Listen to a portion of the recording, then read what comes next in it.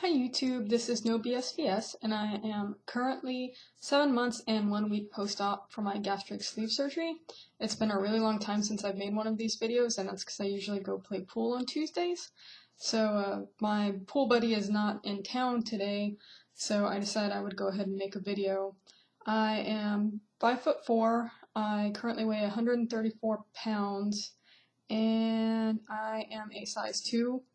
I don't remember how big I was in the last video. I probably should have went back and watched it before I did this video, but I've come a long way and I really don't think I'm going to be losing too much more weight. I reached my surgeon's weight loss goal. For the operation to be a success, I believe they wanted me to reach 155, and now my ideal weight was 140, and I hit that, and they don't want me to go anywhere below 135, but I'm 134 right now, and to be honest, I kind of want to get down to 120, but that's one thing to talk about later on in this video.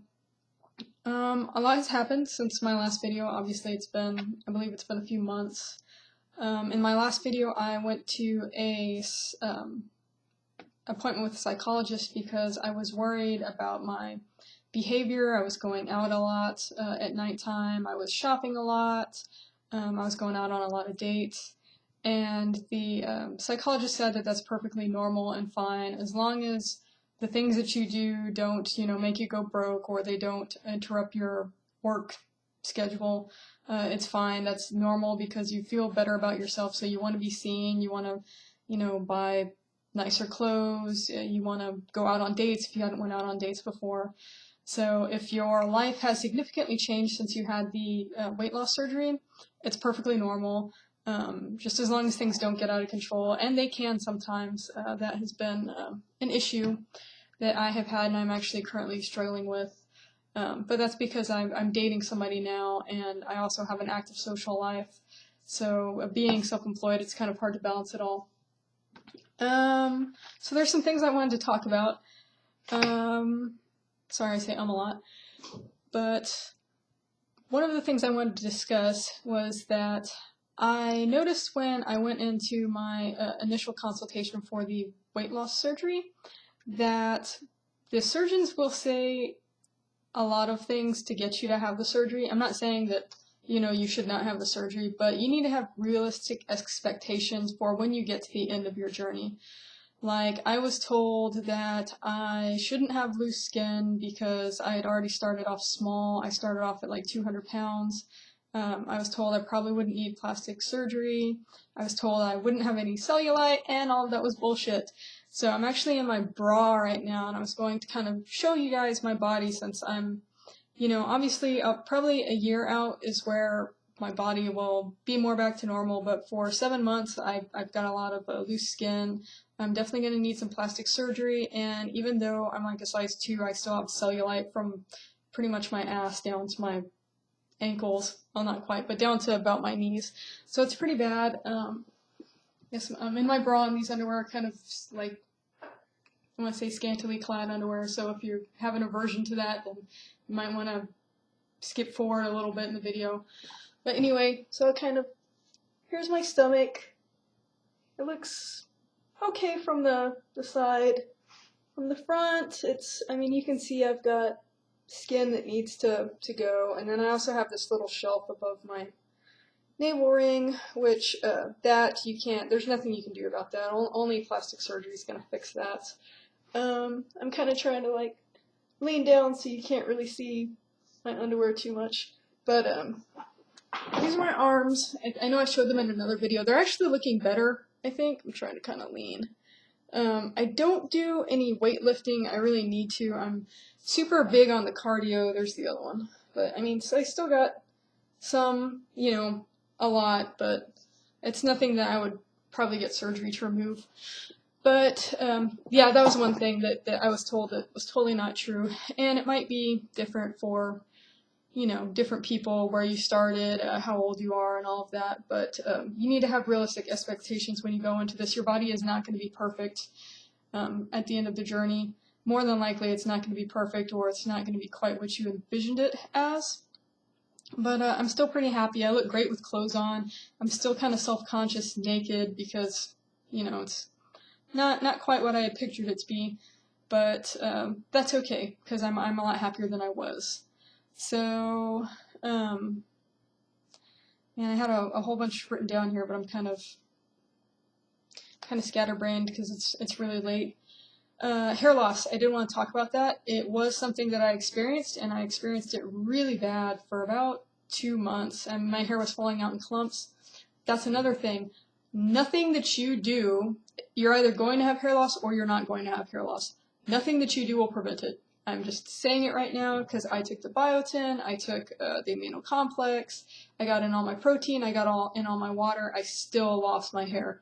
So, and it was bad. I mean, I wear wigs in all my videos, but I wear wigs a lot in real life too because, especially now because, I mean, I have a bald spot back here pretty much from the hair loss.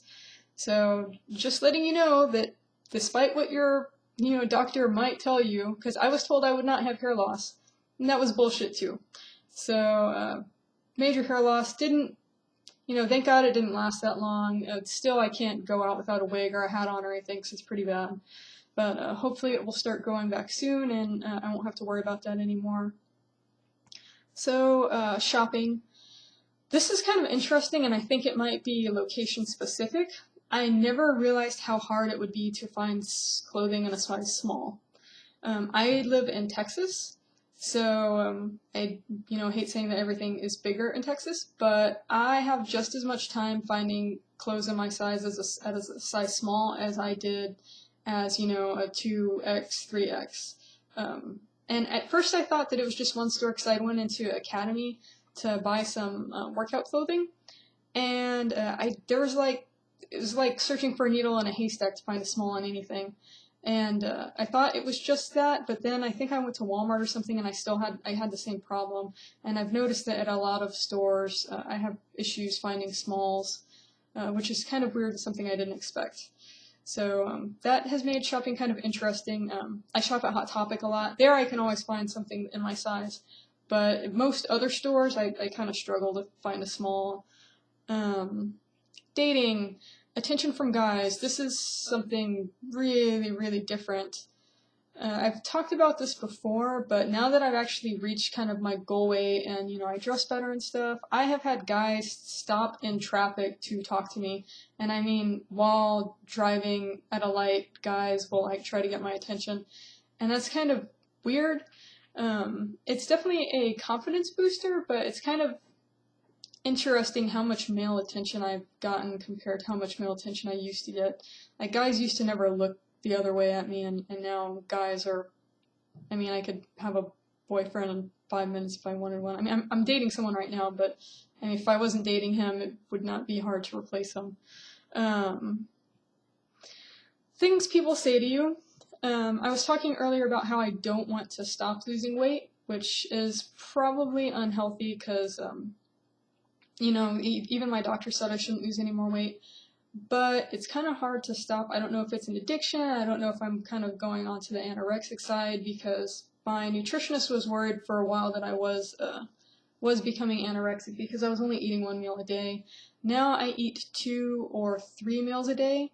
Once you get to your weight goal, you're supposed to eat 4 meals a day, or at least that's what my nutritionist said, but I'm still at 2 or 3.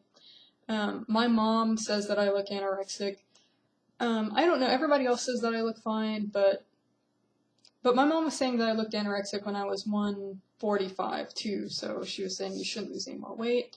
And one thing that I did notice, but I think it's kind of normal, I can actually see my ribs right here, which is kind of weird, and you can't see it in the video. I don't even think I can turn to make it to where you can see it with this lighting, but I can feel my ribs right here in my chest, which is kind of weird.